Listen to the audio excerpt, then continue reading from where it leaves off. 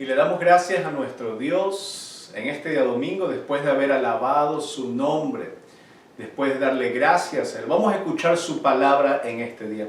Pero quisiera que vaya al libro de Apocalipsis, el capítulo 7.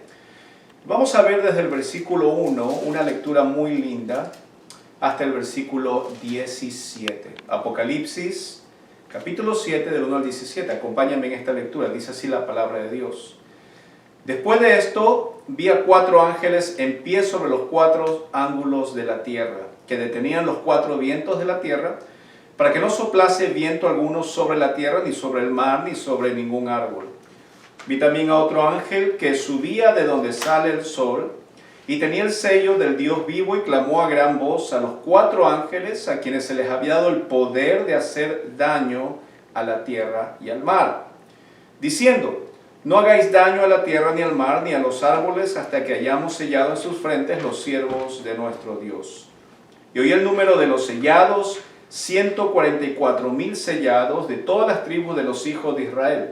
De la tribu de Judá, 12,000 sellados; de la tribu de Rubén, 12,000 sellados; de la tribu de Gad, 12,000 sellados; de la tribu de Aser, 12,000 sellados; de la tribu de Neftalí, 12,000 sellados; de la tribu de Manasés, 12,000 sellados; de la tribu de Simeón, 12,000 sellados; de la tribu de Leví, 12,000 sellados; de la tribu de Isaacar, 12,000 sellados; de la tribu de Zebulón, 12,000 sellados; de la tribu de José, 12,000 sellados; de la tribu de Benjamín, 12,000 sellados. Después de esto miré, y aquí una gran multitud, la cual nadie podía contar, de todas las naciones y tribus y pueblos y lenguas, que estaban delante del trono y en la presencia del Cordero, vestidos de ropas blancas y con palmas en las manos. Y clamaban a gran voz, diciendo: la salvación pertenece a nuestro Dios, que está sentado en el trono, y al Cordero. Y todos los ángeles estaban en pie alrededor del trono, y de los ancianos, y de los 4 seres vivientes, y se postraron sobre sus rostros delante del trono, y adoraron a Dios, diciendo: amén. La bendición, y la gloria, y la sabiduría, y la acción de gracias, y la honra, y el poder, y la fortaleza, sean a nuestro Dios por los siglos de los siglos. Amén. Entonces uno de los ancianos habló diciéndome: estos que están vestidos de ropas blancas, ¿quiénes son y de dónde han venido? Yo le dije: Señor, tú lo sabes. Y él me dijo: estos son los que han salido de la gran tribulación, y han lavado sus ropas, y las han emblanquecido en la sangre del Cordero. Por esto están delante del trono de Dios, y le sirven día y noche en su templo. Y el que está sentado sobre el trono extenderá su tabernáculo sobre ellos. Ya no tendrán hambre ni sed, y el sol no caerá más sobre ellos, ni calor alguno. Porque el Cordero que está en medio del trono los pastoreará y los guiará a fuentes de agua de vida. Y Dios enjugará toda lágrima de los ojos de ellos. Que el Señor añada bendiciones a estas palabras que usted ha leído en esta maravillosa mañana. Y permítame comenzar haciéndole un recordatorio que estamos en esta serie del reino de Dios. Así que no pierda de vista el hilo que estamos tejiendo en esta serie. Porque es importante entender que el reino de Dios, esa consumación, va a ser con la segunda venida de nuestro Señor Jesucristo. Es decir, va a ser esa expresión máxima de la representación del reino aquí en esta tierra. Cuando nuestro Señor venga a reinar en este mundo, cuando venga con sus ángeles, con sus escogidos a esta tierra, y también el Señor en su sabiduría, en sus planes, tiene los tiempos exactos y las cosas que van a suceder. Y eso es precisamente lo que estamos hablando. Y para eso tenemos que ir al libro de Revelaciones, al libro de Apocalipsis. Algunas veces la palabra Apocalipsis tiene una connotación bien dramática en cuanto a algo grave va a ocurrir. Pero habíamos dicho también que Apocalipsis significa una revelación.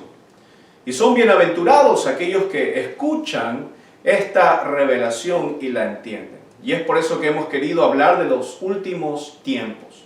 Para que usted sepa, no para que se asuste, sino que al contrario, nuestro deseo es que su fe incremente, que usted se sienta más seguro y conozca un Dios más personal, que no solamente es un Dios que a usted le trae un bien, sino que Dios tiene un plan para su vida.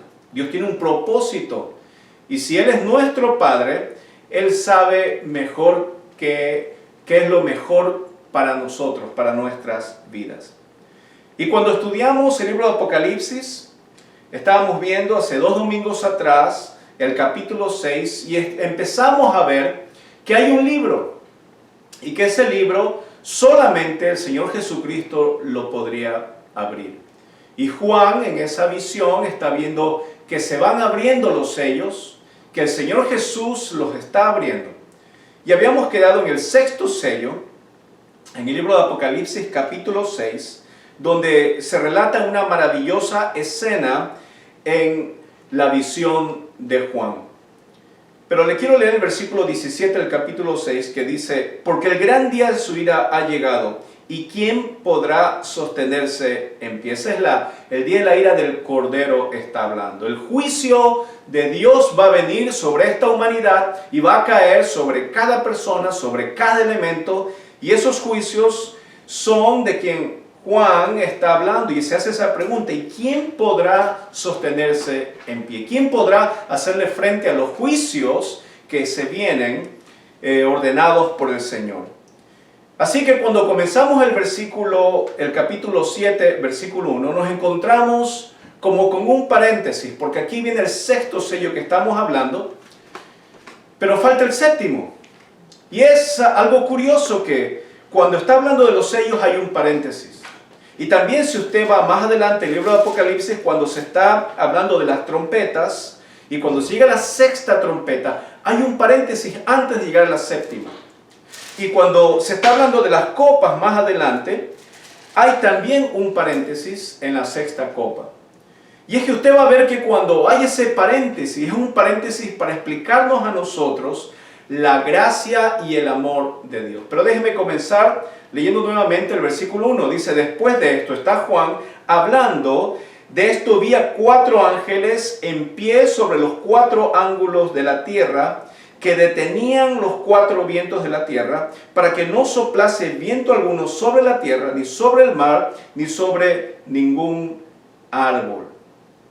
Es interesante ver aquí que en el capítulo 7 comienza diciendo el apóstol Juan, en su visión, que habían 4 ángeles en pie sobre los 4 ángulos de la tierra. Y en este tiempo se sabía el norte, sur, y esos son los puntos cardinales, el este y el oeste. Y en la visión de Juan se ve a los 4 ángeles, pero lo curioso de esto es que se ve a los ángeles no como un juicio, no trayendo el juicio del Señor. Aquí se ve a los ángeles que detienen el juicio. Que hay algo en la esfera terrenal y espiritual que los ángeles hacen, dice aquí la Biblia en el versículo 1, para que no sople viento alguno sobre la tierra, ni sobre el mar, ni sobre ningún árbol.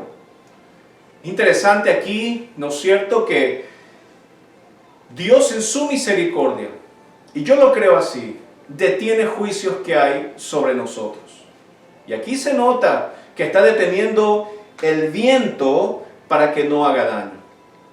Y hasta a mí también me llega el pensamiento cuando estaba preparando este material acerca del capítulo 8 del libro de Lucas. ¿Usted se acuerda cuando Jesús estaba durmiendo en la barca, estaban los discípulos, y dice la palabra que empezaron a haber tempestades, empezaron a haber vientos, y los discípulos se asustaron, dijeron, pero ¿cómo puede ser? Vamos a morir, vamos a despertar al maestro. Y lo despertaron al maestro, a Jesús, y dice la Biblia en Lucas capítulo 8, del 22 al 25, que Jesús calma esa tempestad, es decir, los vientos le obedecen y detiene la tempestad en la vida de los discípulos. Una lección maravillosa.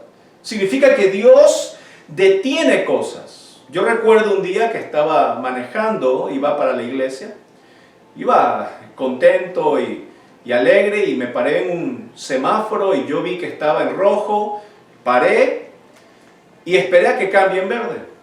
Y después, cuando cambió en verde, yo avancé un poco pero algo me detuvo, no sé qué fue. No sé si fue una intuición, no, y yo creo que fue el Señor que paró esa desgracia, paró ese viento de desgracia que venía sobre mi vida, y puse, a pesar de que estaba en verde, puse el freno, y de repente vi pasar un auto a toda velocidad enfrente mío. Yo creo que si hubiera seguido 1 metro más, ese auto me hubiera llevado en mi ventana, en mi puerta, y me hubiera matado literalmente, o me hubiera lastimado muy seriamente. Pero aquí la Biblia nos está diciendo que es el Señor en su misericordia que detiene esos vientos. Asimismo, cuando Jesús calmó la tempestad, y es asombroso ver y descansar en ese Dios que tenemos, que puede detener las cosas, que puede detener los juicios para favor de nosotros. Dice el versículo 2 en su Biblia, escuchen: vi también a otro ángel que subía de donde sale el sol, y tenía el sello de Dios vivo, y clamó a gran voz a los 4 ángeles a quienes se les había dado el poder de hacer daño a la tierra y al mar. Vemos aquí que este ángel que aparece, algunos teólogos piensan que es el Señor Jesús, y dice que Él detiene a aquellos ángeles para que no hagan daño a la tierra y al mar. Y les dijo algo, el versículo 3 dice: no hagáis daño a la tierra, ni al mar, ni a los árboles, hasta que hayamos sellado en sus frentes a los siervos de nuestro Dios. Es decir, los vientos en la Biblia también declaran juicio. Esos juicios que se venían, este ángel que aparece, que algunos piensan que es el Señor Jesús, detiene eso. Pero hay un propósito, como siempre, cuando Dios detiene juicios en nuestra vida. Dios tiene un propósito. A lo mejor a ti te ha pasado que en un momento u otro te libraste de una enfermedad, te libraste de una dolencia, te libraste de un mal negocio, de una persona, de una relación. Y yo creo que a veces Dios permite ciertas cosas para que su nombre sea glorificado, pero porque Él tiene un propósito. Y el propósito de Dios es que nuestro corazón cambie, que nos demos cuenta que en esta vida necesitamos de Él y confiar en sus planes. No decir: ay, ¿por qué me pasan a mí estas cosas? Hay mucha gente que reclama a Dios diciéndole: pero ¿por qué me pasa esto? ¿Pero por qué si yo, Señor, te sirvo? Si yo, Señor, estoy ahí contigo.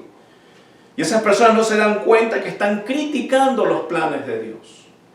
Jesucristo, se cree, algunos teólogos, dice que Él detiene, así como detuvo en la tempestad de los discípulos, en esa barca, detuvo los vientos. Le dicen: no soplen a los ángeles.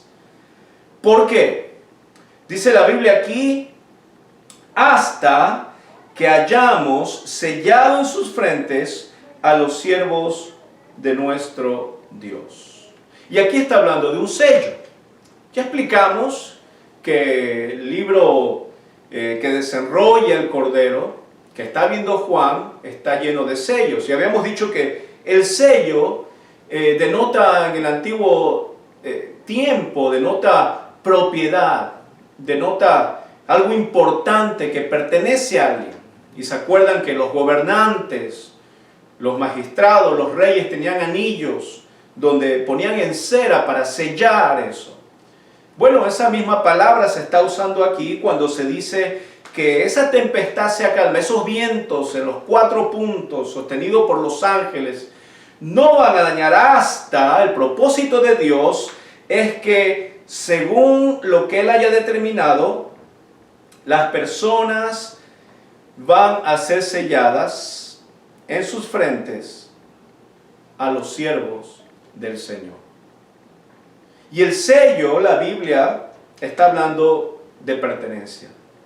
Es decir, personas que le pertenecen a Dios. En otras palabras, personas que son salvas. Esas personas que tienen ese sello.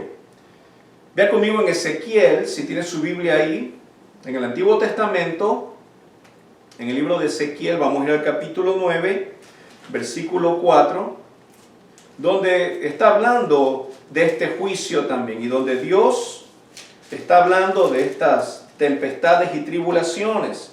Dice Ezequiel capítulo 9, leamos del versículo 3 al versículo 4, dice la palabra de Dios así. Y la gloria del Dios de Israel se elevó de encima del querubín sobre el cual había estado el umbral de la casa, y llamó Jehová al varón vestido de lino que tenía en su cintura el tintero de escribano, y le dijo Jehová: pasa por en medio de la ciudad, por en medio de Jerusalén, y ponles una señal en la frente a los hombres que gimen y claman a causa de todas las abominaciones que hacen en medio de ella.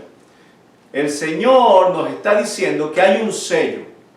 Hay un sello que protege a aquellas personas en estos tiempos. Recordemos que está el apóstol Juan echando un vistazo a las cosas que van a suceder. Y esto es importante que entendamos, que este sello es de protección. Este sello es para cosas que van a suceder, pero dice la Biblia que no van a pasar hasta que se complete el número de las personas que Dios va a salvar.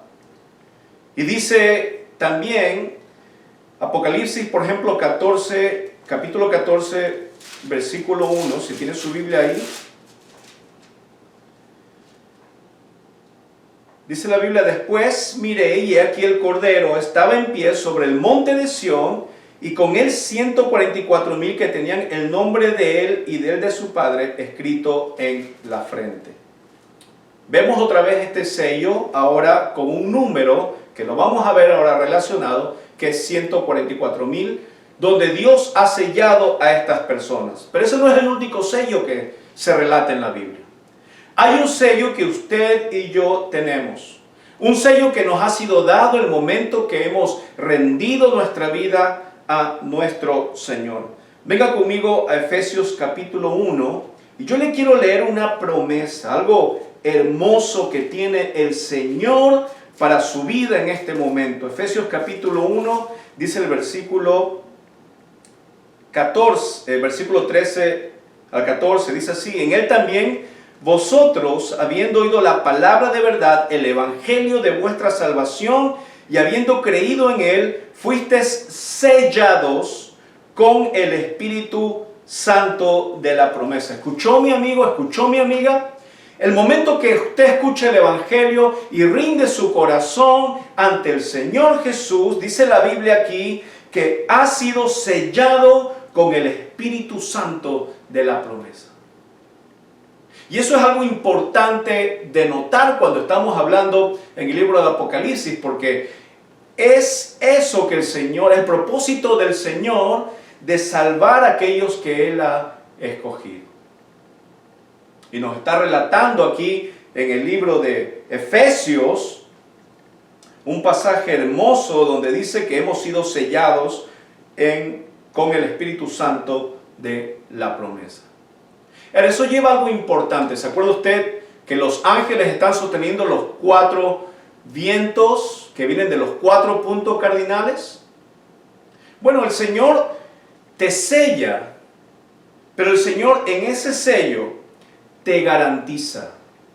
No es solamente un sello que pone el Señor y bueno, a ver quién lo abre. No, Él te pone el sello que solo Él puede abrir, así como en los libros, pero te garantiza, dice la Biblia en el versículo 14, que es las arras. Esa palabra significa la garantía. Significa el respaldo necesario para que algo pase. Dice que esta promesa, este sello que nos da el Espíritu Santo que entra en nuestra vida, dice que son las arras de nuestra herencia hasta cuando la redención de la posesión adquirida para la alabanza de su gloria. Es decir, que no se va a romper esa promesa, no se va a romper ese sello hasta que el Señor venga por ti. Y eso es una seguridad inmensa en nuestra vida. Porque hay gente que está diciendo: ay, ¿qué voy a hacer, pastor? Ay, en esta pandemia, ay, que Dios me ha abandonado, ay, que Dios me ha dejado, ay, que Dios no me entiende, ay, que Dios no me escucha. Cuando Dios te promete, Dios te sella, te da una garantía. Y lo podemos ver como que hace un eco aquí en el libro de Apocalipsis, cuando está diciendo hasta que hayamos, dice el Señor, sellado en sus frentes a los siervos de nuestro Dios. Qué hermoso que podamos descansar, que el Señor tiene propósito, que el Señor nos cuida de las tempestades, de las tribulaciones. Qué hermoso saber eso. Venga conmigo y le quiero llevar al Salmo número 46:1. Y quiero que vea este versículo donde Dios nos dice que Él es nuestro amparo, Él es nuestra fortaleza, Él es nuestro pronto auxilio. ¿Sabe cuándo? En las tribulaciones. Esa palabra en el griego, que es tilipsis, significa problemas, significa cosas que sobrepasan nuestra capacidad, cosas inesperadas que a usted le pasan. El Señor quiere que corramos a Él, porque Él es nuestra torre fuerte, Él es nuestro castillo, nuestra roca, Él es nuestra salvación.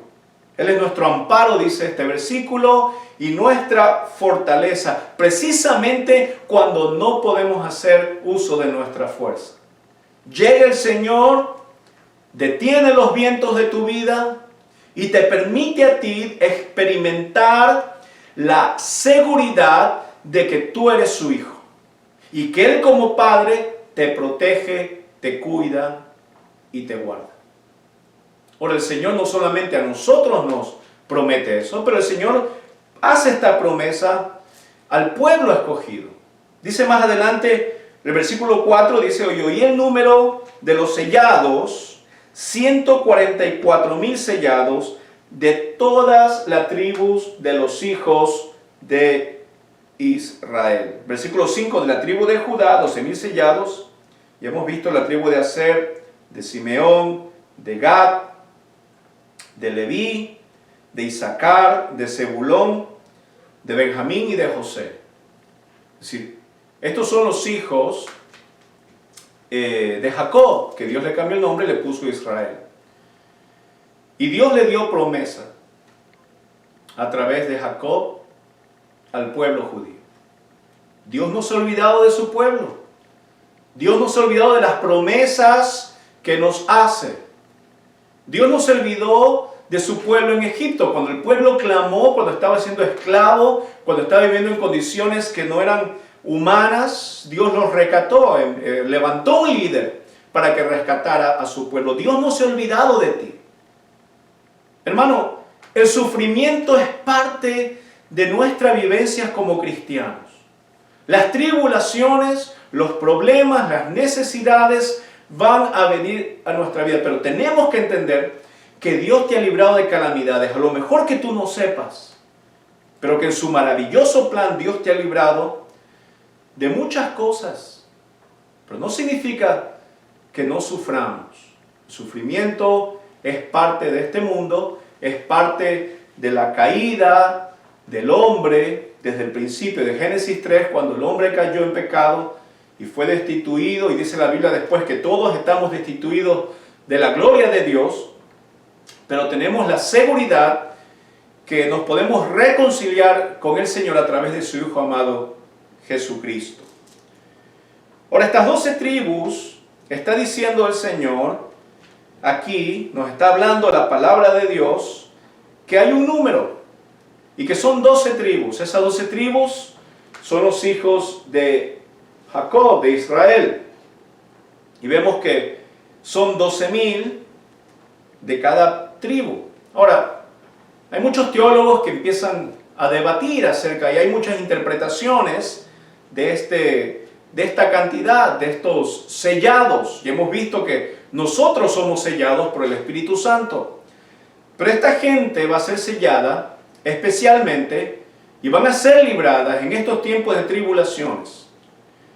Ahora, algo interesante que se puede saber es que antes sí se conocía de dónde venían las tribus, los diferentes clanes que tenía Israel, sus hijos, sabían la descendencia y sabían de qué tribu venían. Pero si usted le pregunta a un judío en estos tiempos de qué tribu viene, él no le va a saber contestar. Porque se han mezclado, porque después de que fue destruido el templo en el primer siglo, no se saben los judíos de qué tribu son. ¿Será que el Señor acaso les va a dar ese conocimiento de saber? ¿Será que el Señor tiene ya una forma especial? No sabemos. Y no podemos decir cosas que la Biblia no dice. Pero la Biblia sí nos muestra algo interesante. Que estos 144,000 van a ser sellados. Hay interpretaciones que se han sacado fuera del contexto. Y especialmente quiero hablar aquí, y a pesar de que amamos a las personas y respetamos las creencias, pero sí tenemos que decir que hay sectas que se han tomado estas enseñanzas de la Biblia. Y hay sectas que dicen que ellos son los 144,000 sellados.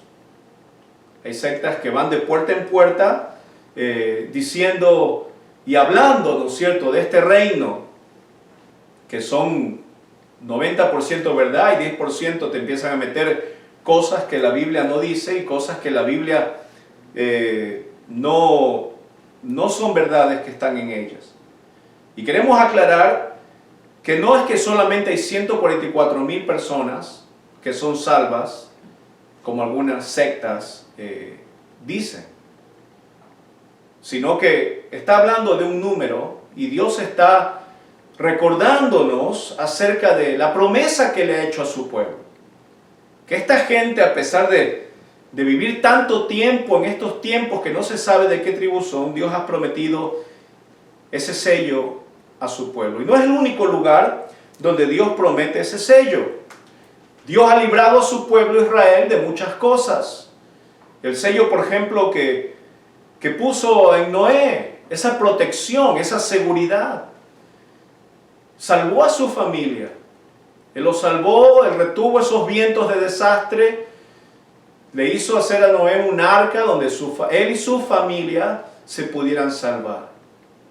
También recordemos la historia de Abraham y Lot.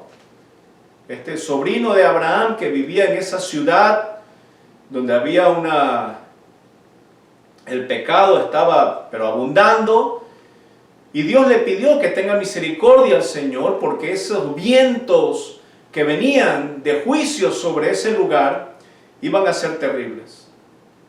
Y Abraham le dice, Señor, y empieza a negociar con él si hay un justo. Y vemos que Dios permitió que Lot saliera de ese lugar. Es un sello que pone el Señor de protección para ellos. Asimismo ha puesto un sello de protección al pueblo judío. Y estos números nos hace pensar eso. El número 12 generalmente se relaciona con las tribus de Israel. Y se mencionan en las 12 tribus de Israel varias veces en la palabra del Señor. Más de 20 veces se mencionan. Y algunas cosas curiosas, algunas cosas que usted va a encontrar cuando estudia las 12 tribus, los nombres que están en algunos pasajes. Está en Génesis, lo podemos ver en Deuteronomio, lo podemos ver en varias partes de la Biblia, ahora aquí en Apocalipsis. Y nos damos cuenta varias cosas. Por ejemplo, una cosa curiosa que pasa acerca de las tribus, que el primer hijo de Jacob fue Rubén. Y tendría sentido que comenzaría hablando de las tribus en el versículo 5 cuando empieza a mencionar, pero no menciona la tribu de Rubén primero, siendo que él era el primogénito. Y esto es interesante porque una cosa curiosa es que se menciona primero la tribu de Judá. Ahora, la Biblia sí nos muestra en Génesis capítulo 49 la razón por la cual yo creo que Rubén perdió esa posición de ser primero. Y lo dice el propio Jacob cuando bendice a sus hijos. En el capítulo 49 le está diciendo el pecado que tuvo Rubén por haberse acostado con la concubina de su padre. Y nos damos cuenta que uno pierde bendiciones por el pecado. Uno pierde cosas que el Señor te ha dado por nuestro pecado. Y aquí vemos que en vez de estar Rubén a la cabeza, un hombre que nació primero, un hombre más sabio, no está primero y está Judá. Y es increíble, yo creo que Judá se menciona primero porque es precisamente que esta bendición tiene que ser de alabanza y de primicias. Y vemos que a Jesús se le llama el león de la tribu de Judá. Y Judá precisamente no es el mayor, pero es el primero que se presenta en la lista en las 12 tribus de Israel. Otra cosa curiosa cuando usted estudia las 12 tribus de Israel es que aquí no aparece el nombre de uno de los hijos de Jacob, de Israel, y es Dan. No aparece. Y vemos que no se menciona en esta lista. Y en Génesis capítulo 49, versículo 17, si usted lee el capítulo 49, las bendiciones que da Israel a sus hijos, usted va a ver que Jacob le llamó a Dan serpiente. No está en la lista y le llama serpiente. Y también, si usted busca Deuteronomio capítulo 33, versículo 22, en una forma de juicio le llamó el león. Y si usted ha estudiado, sabe o ha escuchado, sabemos que hay otra persona que tiene esos dos títulos también en la Biblia. Una persona que es una serpiente y que también le dice que está como el león rugiente buscando a quien devora. Y es precisamente que es Satanás. Satanás, que no está aquí, Dan, es la representación que nos está dando la Biblia del por qué. ¿Por qué? Porque ese es precisamente los títulos que se le dan a Satanás. Algunos teólogos creen que por esta razón, como de Dan va a salir el anticristo. Y usan este versículo. La Biblia no lo dice, pero algunos piensan que va a salir de la tribu de Dan y se piensa que el anticristo va a ser judío y va a salir de allí. Otro dato curioso, que se incluye a Leví. Y cuando leemos en las 12 tribus a Leví, no se le da una porción en la tierra prometida, pero sí se le incluye en todas las porciones.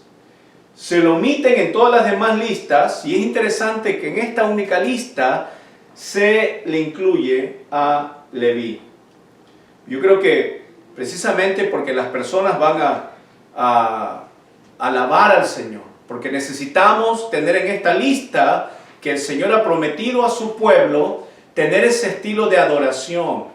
Y recordemos que Leví era ese encargado de la adoración y del templo y de los cuidados, etc. Y creo que eso es importante y por eso se lo está incluyendo aquí en esta lista.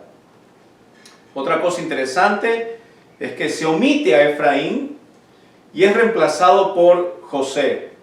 Y realmente no tenemos una respuesta clara al por qué, pero creemos que son todos los hijos originales aquí que se está hablando de Jacob. Y por eso se lo saca a Efraín, que era nieto de Jacob, y se lo pone a José.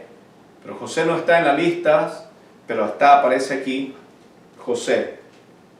Y vemos aquí los nombres de las tribus, ¿no es cierto? Y los de cada tribu hay 12,000. Como dije antes, si podemos hacer un empadronamiento y ver de qué tribu viene cada persona en Israel, no se sabría más. Están mezclados, ni ellos saben, no sé cómo va a ser el Señor, pero creemos que lo importante aquí no es saber qué persona, pero lo importante aquí es ver el propósito que tiene Dios con esta gente.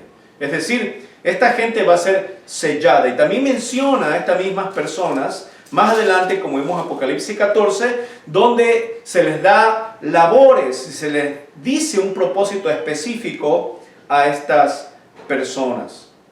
Pero venga conmigo al versículo 9. ¿Se acuerda el versículo 1 donde comienza Juan diciendo después de esto vi? Bueno, en el versículo 9 también comienza Juan con una pausa diciendo después de esto miré. Y esas dos frases son similares. ¿Y qué es lo que vio Juan? Dice, y aquí una gran multitud, la cual nadie podía contar, de todas naciones y tribus y pueblos y lenguas que estaban delante del trono y en la presencia del Cordero. Dice la Biblia, vestidos de ropas blancas y con palmas en las manos. No sé cómo Juan, después de ver a los sellados, que la Biblia está diciendo que esos son los escogidos, esas son las personas por las cuales no ha habido esta catástrofe que se está anunciando, pero sí Juan mira desde este punto de vista una gran multitud.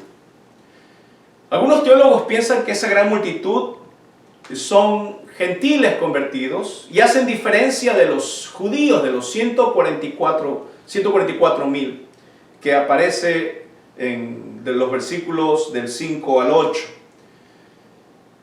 Pero lo importante aquí, yo creo, es saber lo que Dios ha salvado. No solamente que, como dice Romanos capítulo 1, que la salvación viene de los judíos, pero Dios también salva a aquellos que no lo son.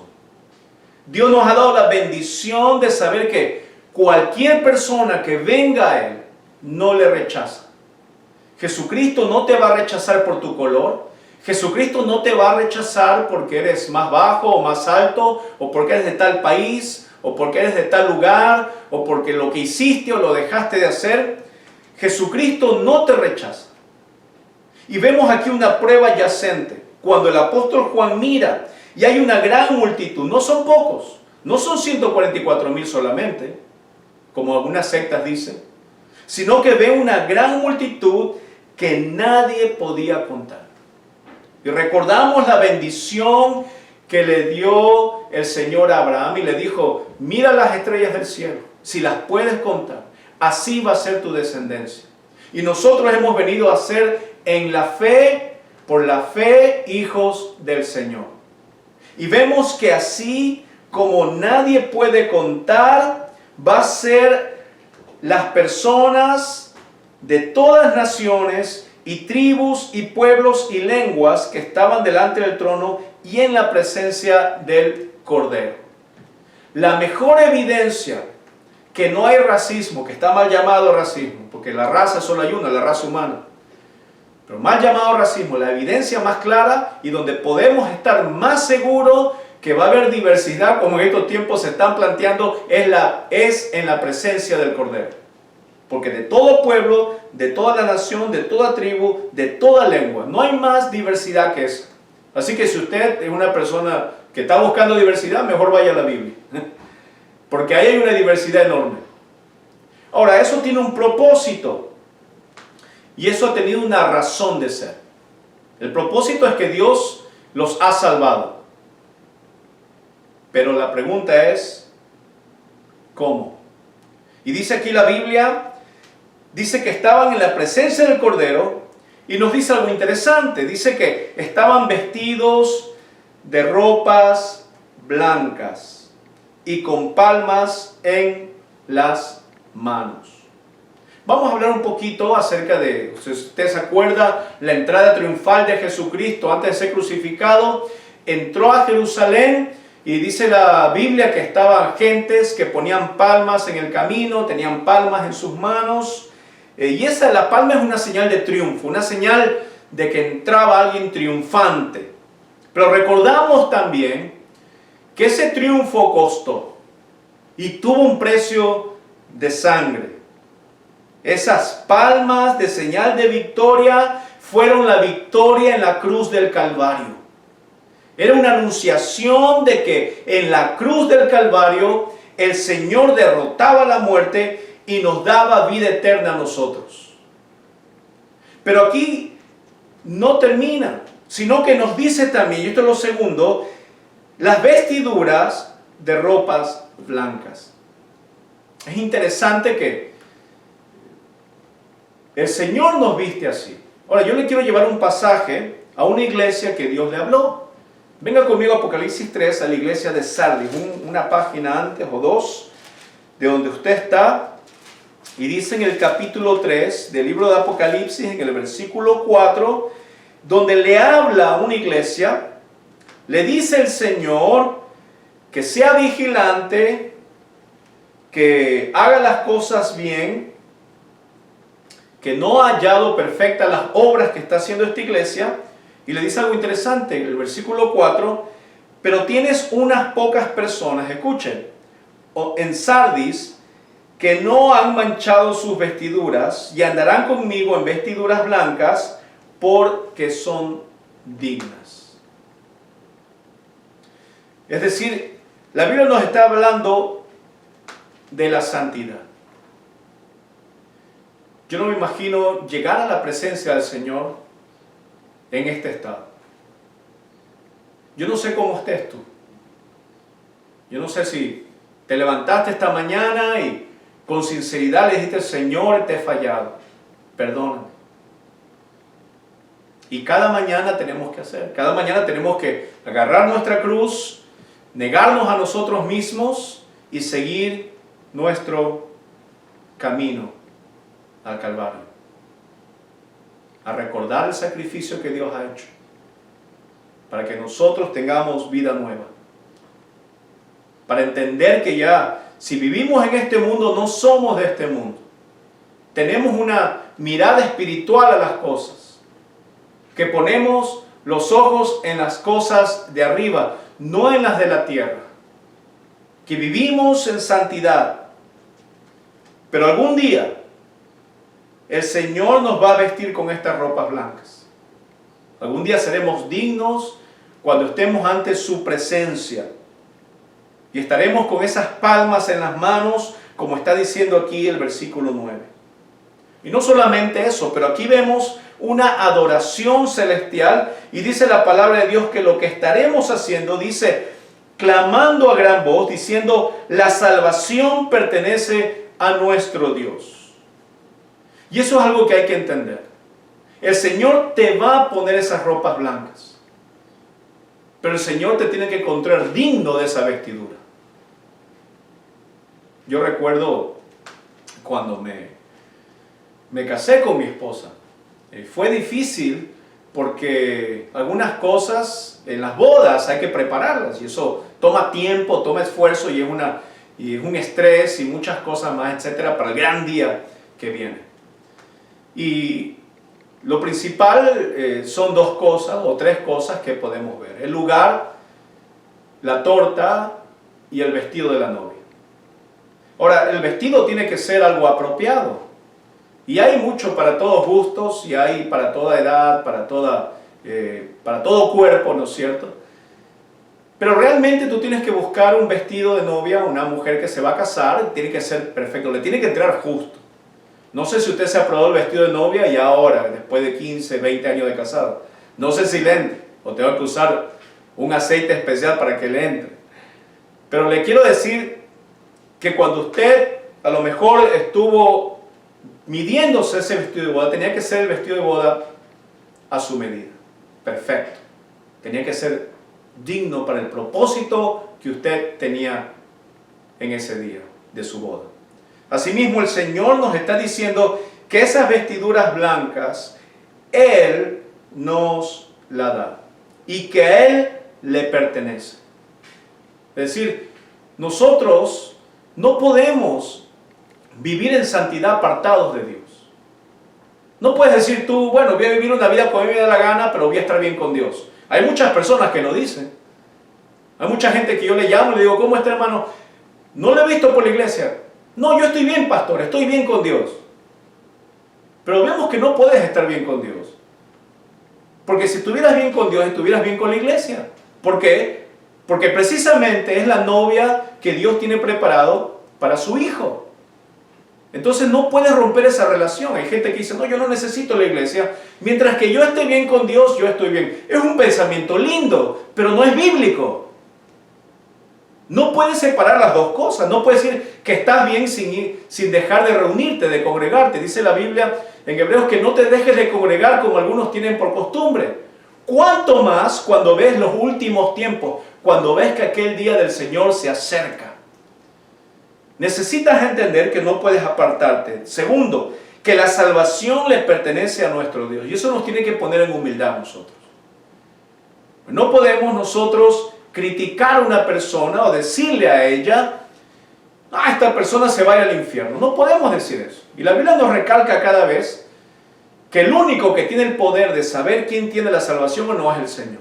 Así que nunca digas en tu vida, te vas a ir al infierno, te vas a hacer esto, no vas a encontrar la salvación en ningún lado. Hay gente que dice, bueno, ese ni tiene salvación. No diga eso, hermano.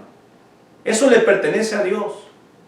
Ahora, sí sabemos que hay gente que vive su vida de una forma que no le agrada a Dios.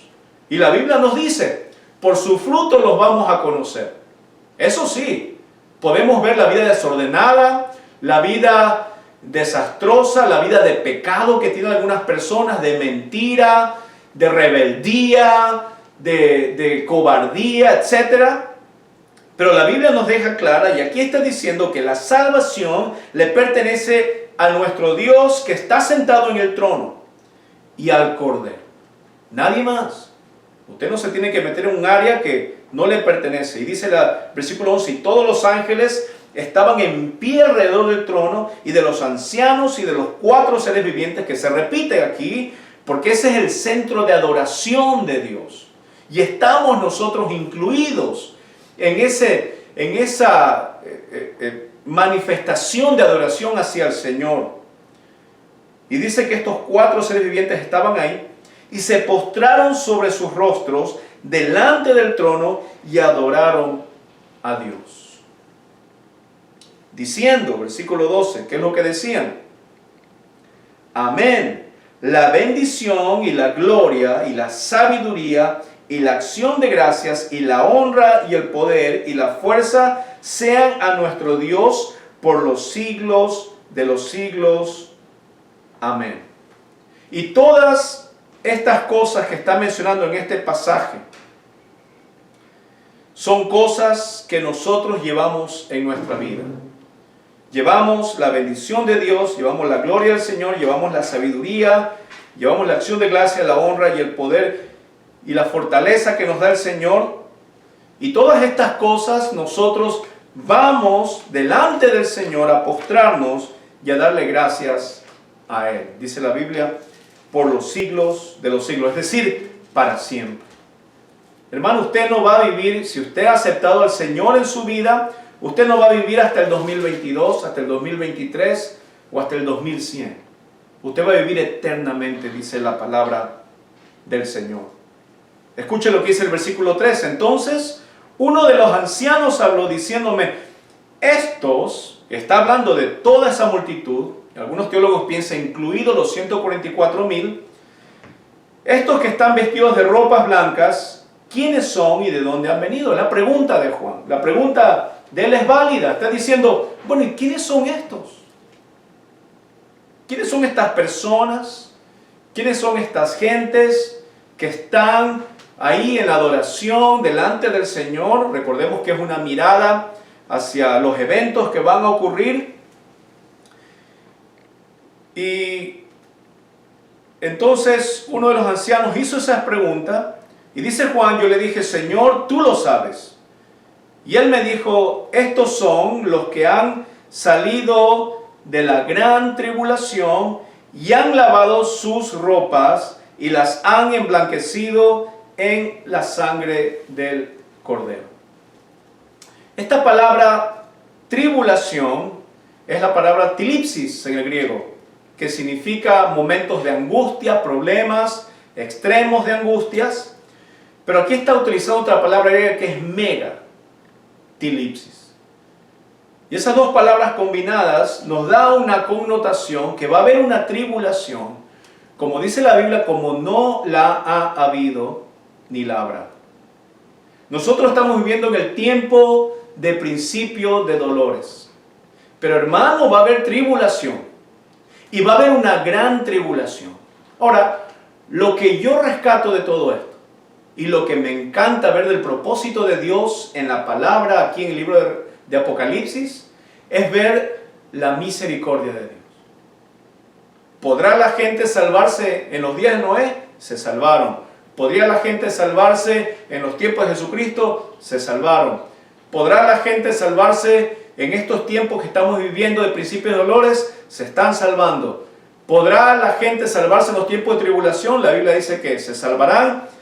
Y esta gente que está viendo Juan, esta gente, dice aquí este ángel, le dice, estos son los que han salido ¿de dónde? De la gran tribulación. Inclusive en la gran tribulación habrá gente que se salve.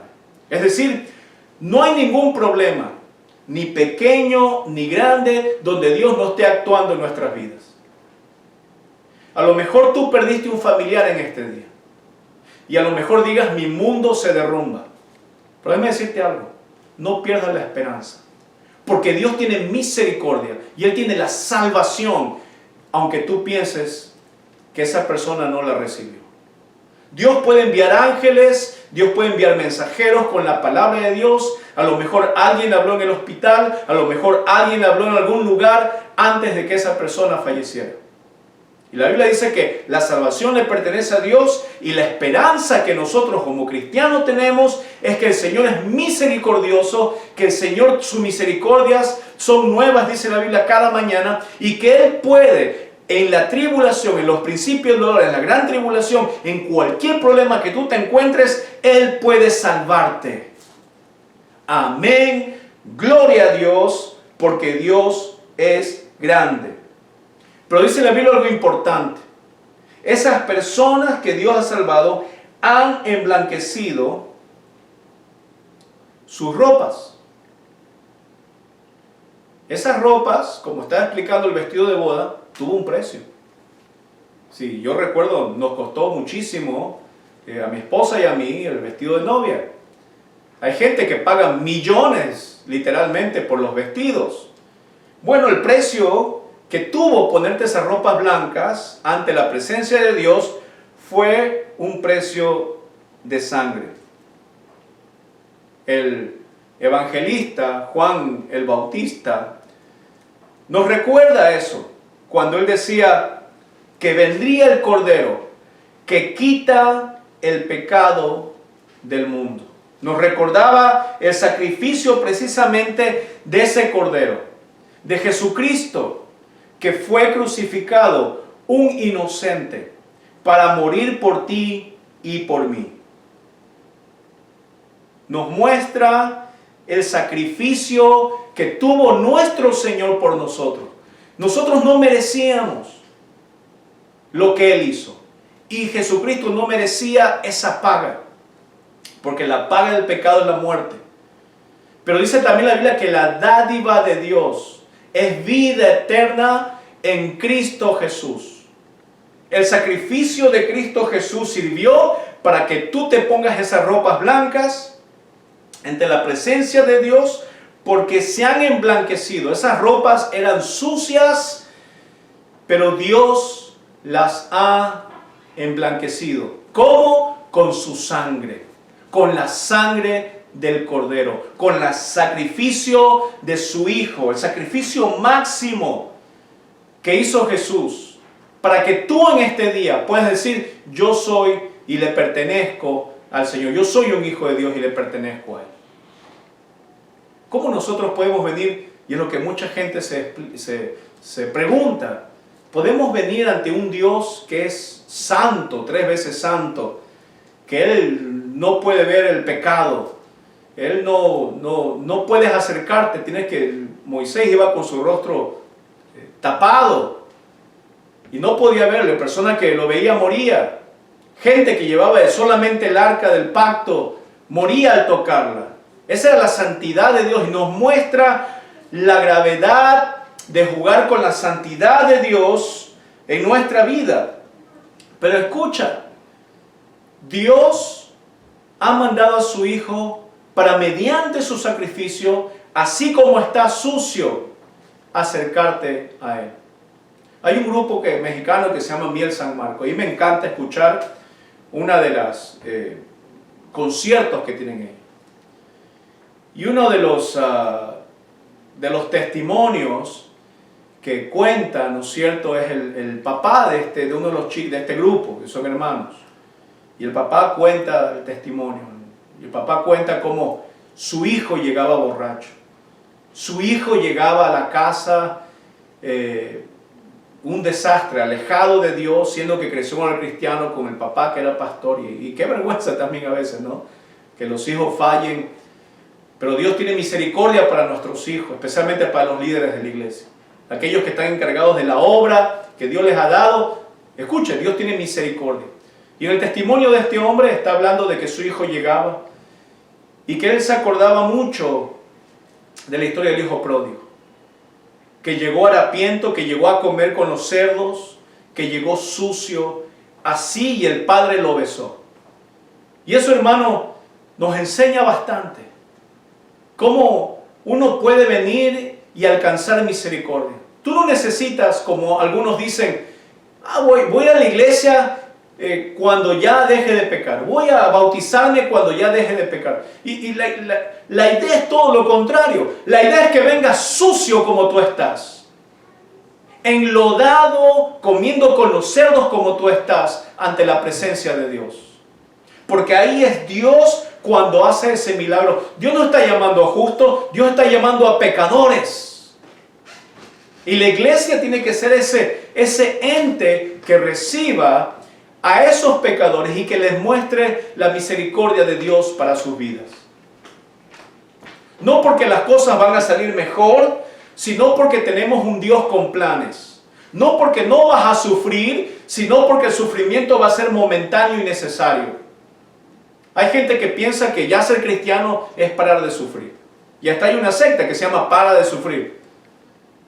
Pero la Biblia nos muestra que va a haber principio de dolores, va a haber tribulación, va a haber gran tribulación, va a haber ira y va a haber un tiempo donde todo va a ser un desastre. Va a haber desastres naturales, desastre en el ser humano, en los animales, en las plantas, en las aguas, etc. Y lo vamos a ver después. Pero tenemos que entender que Dios es misericordia y que Él quiere que vengas así de sucio, así con problemas, pero que vengas arrepentido, que vengas con un corazón cambiado. ¿Por qué? Lee conmigo el versículo 3:15. Por esto están delante del trono de Dios y le sirven día y noche en su templo. Y el que está sentado sobre el trono extenderá su tabernáculo sobre ellos. Eso es interesante. El tabernáculo es una tienda. Y lo que Dios te está diciendo es que Él va a extender ese lugar de protección sobre tu vida. Él te está diciendo que donde Él reside, el Señor, donde es su morada, Él va a extender eso para que tú también estés ahí. Y esta es la parte que quiero llegar. Dice el versículo 16, y ya no tendrán hambre ni sed. Y el sol no caerá más sobre ellos, ni calor alguno. ¿Por qué? Porque el Cordero que está en medio del trono los pastoreará y los guiará a fuentes de aguas de vida, y Dios enjugará toda lágrima de los ojos de ellos. ¡Qué hermosa promesa! En estos tiempos estamos viviendo de sufrimiento. Estamos teniendo enfermedades mentales como no se ha visto antes. Hay medicinas para enfermedades mentales y cada vez se descubren más. Enfermedades físicas, el cáncer, el SIDA, ahora con el virus, la pandemia del COVID-19. Estamos viendo que cada vez los virus mutan, que se crean, que son sintéticos, las drogas, las necesidades que la gente tiene, lo que se va en contra de la policía, la gente que está habiendo movimientos que quieren quitar la familia de la sociedad. Pero aquí está la promesa del Señor. Y te está diciendo que Él, el Cordero mismo, aquel que pagó por tu vida, te va a pastorear. Ya no el pastor Peter, ya no ningún otro pastor, pero el que te va a pastorear para siempre va a ser aquel que murió por ti, que dio su vida y que derramó su sangre para limpiar todos tus pecados. Ese Cordero, la sangre del Cordero, así como en Egipto, cuando Dios mandó las plagas y mandó la muerte a cada puerta. Y dice la Biblia en el libro de Génesis que cada persona tendría que matar a un inocente, un cordero, y que esa sangre se derramaría en los pórticos alrededor de la puerta de sus casas. Y que cuando la muerte pase, no iba a entrar a ese hogar. Asimismo, hermano, aunque la muerte venga, no va a tocar tu espíritu, no va a tocar tu alma, porque el Señor Jesús te va a pastorear y dice, y te guardará en fuentes y te dará fuentes de agua de vida. Y no solamente eso, sino que va a enjugar, es decir, va a calmar tu sufrimiento para siempre de todos nosotros. Esta vida es de sufrimiento, pero más tiene que ser tu fe en las promesas de Dios. El sufrimiento, ya lo hemos dicho muchas veces, es necesario porque así como el oro se saca refinado y puro, es a través del fuego. Y el fuego es la representación de las tribulaciones. Porque cada vez que tú estás bajo prueba va a salir el verdadero cristiano. ¿Quién está en tu corazón? Si es Dios o si es un falso Dios. Es el mundo y las promesas de este mundo. Si son las riquezas o es una persona o has puesto tu confianza, como lo dijimos hace 2 domingos, ¿en quién has puesto tu confianza? ¿En los reyes? ¿En la naturaleza? ¿En la astronomía? ¿En la astrología? ¿En la ciencia? ¿Dónde has puesto? ¿En la política? ¿En el presidente? ¿En qué? Pero el Señor te promete que Él te va a pastorear, que ya no vas a sufrir, que Él va a enjugar toda lágrima, que Él va a estar contigo para siempre, que ya no vas a tener malos recuerdos, que ya no te vas a tener más pesar en tu vida, más preocupación. Pero cuando ya el Señor esté con nosotros, hermano, vamos a tener una vida de gloria, de armonía, de santidad delante de nuestro Dios. Yo te quiero invitar a que cierres tus ojos un momento y te quiero invitar a que ores y que te des cuenta de la protección de Dios que tiene para sus hijos. Esa promesa que se le dio a los judíos y que ha venido hacia los gentiles, es decir, aquellos que no son judíos, y que ha alcanzado a nuestra vida en este momento. Yo te invito a que ores conmigo en este momento. Señor Jesús, te doy gracias en este momento por tu bendición, por tus promesas, por tu cuidado. Porque podemos ver aquí en este capítulo 7 tu misericordia. No solamente tu misericordia en los tiempos de tribulación y de gran tribulación y de principio de dolores, pero podemos ver también, Señor, que tú detienes los vientos, tú detienes las calamidades en nuestra vida, pero no detienes los sufrimientos, Dios. Sin embargo, nos has sacado de muchas cosas que a lo mejor nosotros no conocemos. Y confiamos en que tus planes son mejores que lo que nosotros podemos imaginar o planificar. Señor, en esta noche, en esta tarde, te pido, Dios, que a cada corazón que tú estés hablando en este momento les des esa fortaleza, esa fe, de que por tu sangre, oh Jesús, en este día ellos son libres del pecado, de la culpa, de las ataduras, de las cadenas que el mundo, que el Satanás le ha puesto. Señor, en este momento yo quiero orar por aquellos corazones que están humillados ante tu presencia. Señor, porque esos corazones, así como en la iglesia de Sardis, que tú les dices, no todos, algunos son dignos de las vestiduras blancas. Esos corazones arrepentidos, esos corazones que buscan un cambio en este momento, que dicen me equivoqué, que bajan su guardia, Padre, para que tú hagas un knockout en sus vidas. Aquellos corazones que se hincan delante de ti, que te alaban y te bendicen. Señor, esos corazones por los cuales tú pagaste y tú diste la salvación. Te agradecemos, Dios, por quien eres, por ser nuestro Salvador y Señor. Te queremos bendecir y dar gracias por tu Hijo Jesucristo, aquel que pagó en la cruz del Calvario por nuestros pecados. Te agradecemos, Señor, en el nombre maravilloso de tu Hijo amado. Amén. Amén. Amén. Si tú has escuchado esta prédica, y has escuchado este mensaje, ha llegado a tu corazón, ¿por qué no nos escribes? ¿Por qué qué no pones un comentario? ¿O por qué no nos buscas? Nos puedes buscar en Facebook, ahí está, vamos a poner la información. Y les digo a ustedes que no se pierdan lo que viene.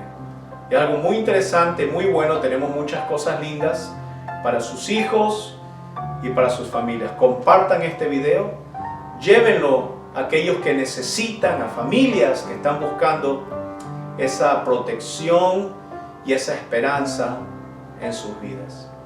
De mi parte yo me quiero despedir, soy el pastor Peter de la Iglesia La Roca, junto con mi esposa Gabriela y mi familia, les queremos desear bendiciones. Hermanos, que tengan una buena semana. Dios me los bendiga.